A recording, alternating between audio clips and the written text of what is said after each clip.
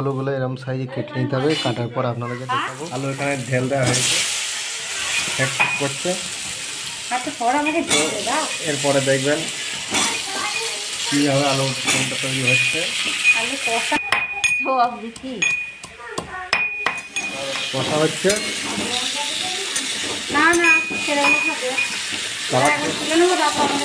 কালারটা দেখুন একদম বিউটিফুল কালার আছে,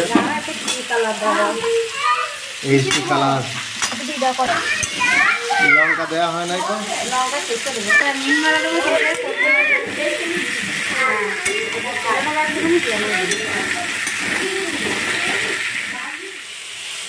তো কিছু টাইম বাদ এখানে জলটা অ্যাড করতে হলো,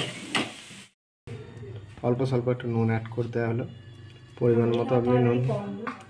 তো এটা মুড়ি খাওয়ার জন্য স্পেশালি বানিয়েছে। এটা ফুটতে স্টার্ট হয়ে গেছে, তো আর 10 মিনিটকে আমি ঢাকা দিয়ে আস্তে আঁচে দিয়ে পাকাবো।